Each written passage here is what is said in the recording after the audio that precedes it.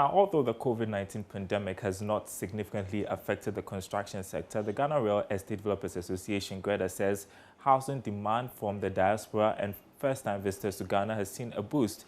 It says many like to self-isolate in the comfort of their facilities when they arrive in Ghana. First Vice President of GREDA, Stephen Ablometi Deborah, says some members benefited from this development. He was speaking to us ahead of this year's EcoBank JoyNews Habitat Fair. I would say that from GREDA's perspective, the demand for housing has still been very, very increasing, because if you look at the effective demand, which is about 30% of the deficit, which is over 2 million right now, it keeps on increasing from time to time. COVID has not really affected demand for houses. Rather, what has happened is that, in the past, people who live abroad, when they are coming home, they can comfortably come and visit family and friends, stay there for a week, two, and go back. But during the pandemic, a lot of people were closing their homes to some of these people. So then it brought the attention to people that they need to own their own homes.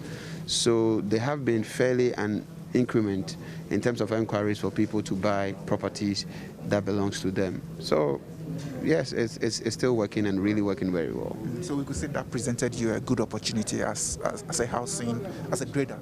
Yeah, it did, absolutely. Yes, it did. You benefited from it? Very much so, very much so. But still, with the indigents, those who haven't traveled, but they still have the need for housing, what is the way forward? It's about having a very cheap mortgage facility so that people will be able to own property.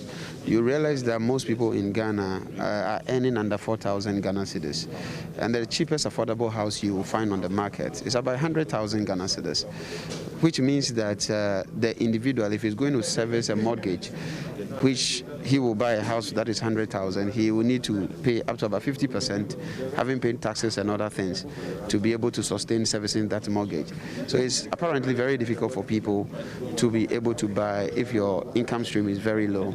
So the way forward is you either have to jump on the incremental build wagon, or you try to just get maybe yourself, your spouse, and then you double up your income so that you'll be able to qualify for these mortgages and be able to own a home.